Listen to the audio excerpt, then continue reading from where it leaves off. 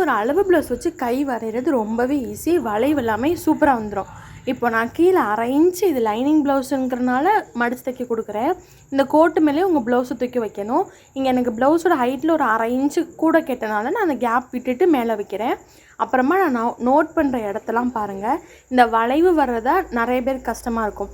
அப்போ இப்படி வச்சுட்டேன் நான் எல்லா அளவும் நோட் பண்ண மாதிரியே இந்த வளைவு வர இந்த இடத்தையும் இப்படி தூக்கிட்டு நீங்கள் நோட் பண்ணலாம்.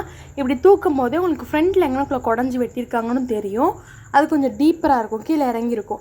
அதையும் நோட் பண்ண போகிறீங்க. நான் வந்து ஒரே ஒரு இடத்துல மட்டும் தான் இப்போ நான் மார்க் பண்ணியிருக்கேன். இது மாதிரி ஒரு 2-3 இடத்துல நீங்கள் அளவு அந்த வளைவு நோட் பண்ணிங்க அப்படின்னா அதை ஃபுல்லாக ஜாயின் பண்ணிங்கனாலே உங்களுக்கு ஈஸியாக வளைவு வந்துடும். இப்போ பேக்குக்கு ஒரு அளவை வரைஞ்சிட்டு மேலே ஒரு 1/2 இன்ச்சு தையலுக்காக நோட் பண்ணியிருக்கேன்.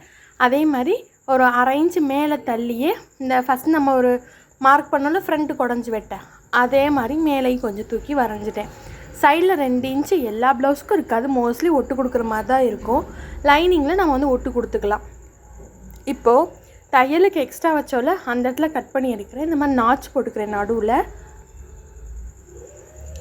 அதுக்கப்புறமா இப்போ நம்ம ஃப்ரண்ட் பீஸு குடஞ்சி வெட்டணும். இப்போ நான் துணியை 2 தடவை மடித்து வச்சுருக்கேன், 4ஆக இருக்கும். அதை ஓப்பன் பண்ணிவிட்டு 2 துணி மட்டும் இருக்கிற மாதிரி வச்சுட்டு முன்பக்கம் மட்டும் இப்படி டீப்பராக வரைஞ்சி வெட்டுவோம். ஒரு முழு ப்ளவுஸுமே நான் அளவு ப்ளவுஸ் வச்சு கட் பண்ணி யூடியூப்பில் அப்லோட் பண்ணியிருக்கேன்.